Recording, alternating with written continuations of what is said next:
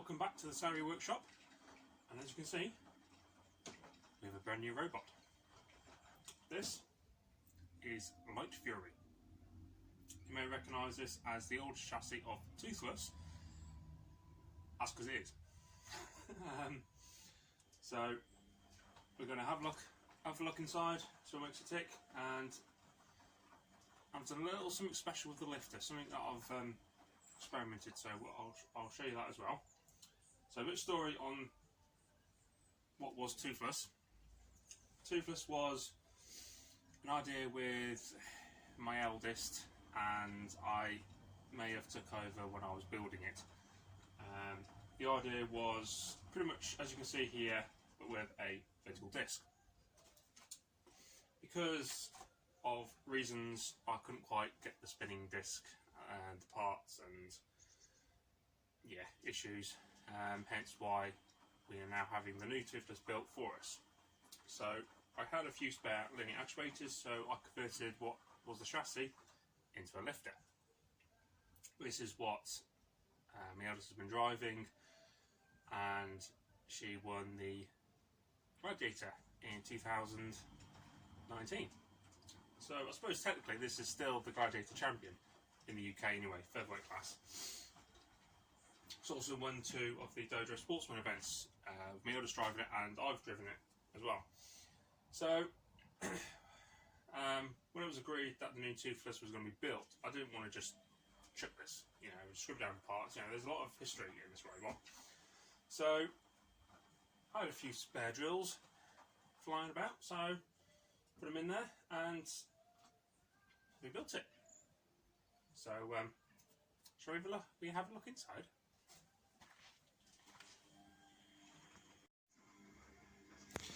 The most important aspect of any robot are the googly eyes. This was a absolute must, and so so 4-wheel drive. This was built about a year or so after Lunatic started doing its thing.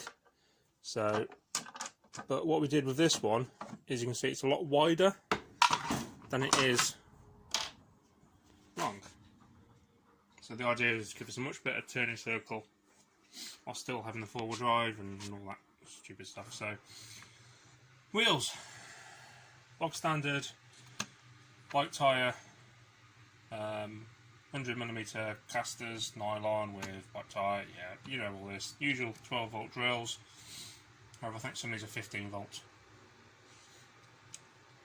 So yeah, usual, blah blah blah blah. Drive. These aren't the ones from Lunatic, but they are exactly the same ones. Copywing Quick Run 860 Joule. These I am really struggling to find now. I can find the 880s, and I purchased one by accident by not reading the title. That is currently as the Axe speed controller in Herty. They work, but you need a programming card to make it sort of work properly. So the issue with Herty with the Axe is that you need to do the double back, so you sort of got to do it once and then once again. Something to do with cars or something, so you don't actually hit it in reverse while it's going full speed forwards. So these ones, the 860s, I'm really struggling to find now. These are ones that allow up to 4S and have the 2 outputs to your 2 motors. So I think I'm going to have to start getting the 880s and find this programming card and have a play with that. This side, so again, 2 motors, speed controller, and the battery is the same one that was in Lunatic. I think this may be the one from the Heavyweight. For the Heavyweight it ran 4 of these, so I've had a fair few of these spare. And these are really good. It's 5 amp hours and it lasts, I think in theory, it could last a full event without having to change it. We normally do about 2 and then charge them, but it's great. It's really handy, especially when you've got so many robots and a limited number of chargers. So, all that is fairly bog standard. And the weapon. Weapon is the same box section I used on the Ostobots. But the actuator is actually from Lunatic as well. And if I power the thing up, you can see. Oh, it is one-handed now, so it'll be interesting.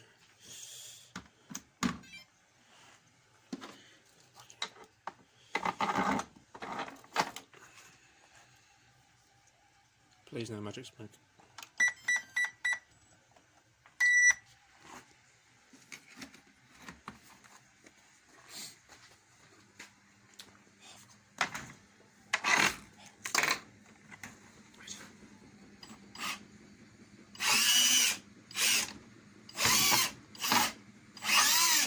I say a lot faster than your usual actuators because I've modded it.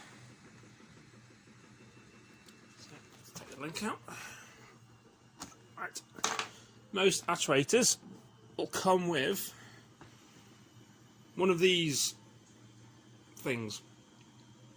These are fine, they work the actuator as intended. But sometimes you need a bit more speed or a bit more power. So usually people have been using the brushless mod, but obviously this gets rid of limit switches and the whole fiasco with reprogramming and advanced technical babble, which I am not even going to start.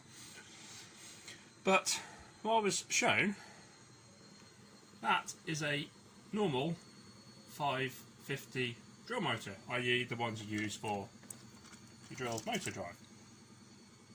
So because it's brushed, you could technically wire it up to the switches and therefore you not have all the programming stuff. However, because the travel of the lifting arm does not exceed that of the ram, if I was to sort of, when it's down, if I try to pull it any more, it's going to hit this. And as for going all the way up, it does self-right, and when you hit that point and after that it sort of starts destroying itself. So the travel of the RAM never hits the limit switches anyway, so I thought, what's the point? So all the motor is wired up directly to the speed controller, so no faffing, no, yeah, easy. Easy's good. If it's easy and simple, it can't go wrong.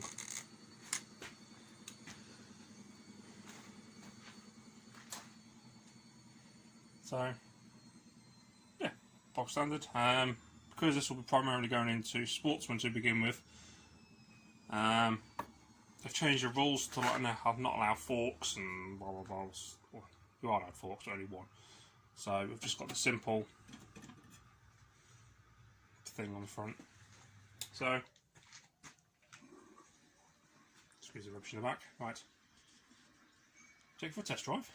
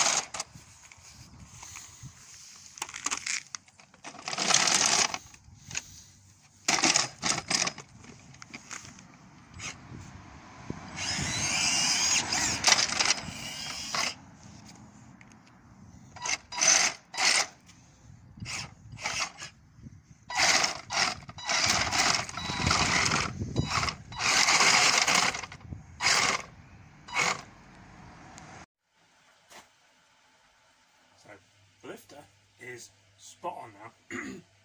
Having built several of these distributed machines with lifters being ever so slow, to finally have one that actually works and works at speed, it's quite nice.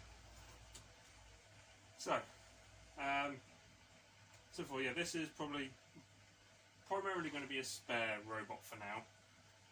We all have our own main robots ready to go. but this is just going to be a backup. I'm also going to make sure it's fully ready for full combat, because all the old attachments still fit. So the forks I made, they just bolt on the side, and the original horizontal, anti-horizontal spiky bit, again, that just fits on. Make a new one, smaller one for that, but yeah. So it's going to be a really good backup.